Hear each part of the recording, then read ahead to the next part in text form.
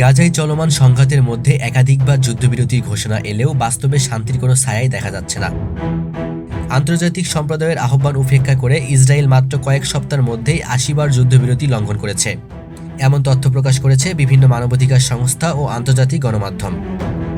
প্রতিবারই যুদ্ধবিরতির চুক্তির পরপরই বোমাবর্ষণ, গোলাবর্ষণ ও ড্রোন হামলার মতো ঘটনাগুলো ঘটেছে, যা শুধু যুদ্ধবিরতির শর্ত লঙ্ঘন নয়, মানবতার জন্য এক ভয়াবহ হুমকি হিসেবে দেখা দিয়েছে।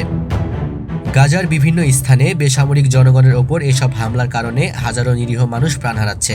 হাসপাতাল, স্কুল, এমনকি জাতিসংঘের ত্রাণ কেন্দ্রও ইসরায়েলি গোলার আঘাত থেকে রেহাই পাচ্ছে না।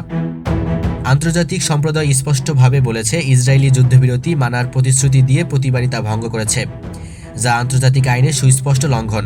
কিন্তু এসব নিন্দা বা প্রতিবাদ যেন তেলপানি, ইসরায়েলের ওপর এর কোনো প্রভাব পড়ছে না।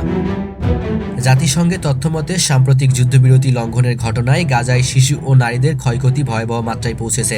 অনেক পরিবার এক রাতেই বিলীন হয়ে গেছে, অসংখ্য শিশু এতিম হয়েছে।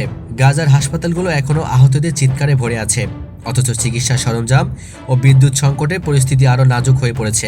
চিকিৎসকরা বলছেন, এটি কোনো যুদ্ধ নয়, এটি ধ্বংসযজ্ঞ। অন্যদিকে ইসরায়েল তাদের অবস্থানে অটল থেকে বলছে, হামাসের বিরুদ্ধে প্রতিরক্ষা অভিযান চালানো ছাড়া কোনো বিকল্প নেই। কিন্তু বিশ্লেষকরা বলছেন, এই বক্তব্য আসলে যুদ্ধবিরতির আড়ালে পরিকল্পিত আগ্রাসনেরই অংশ।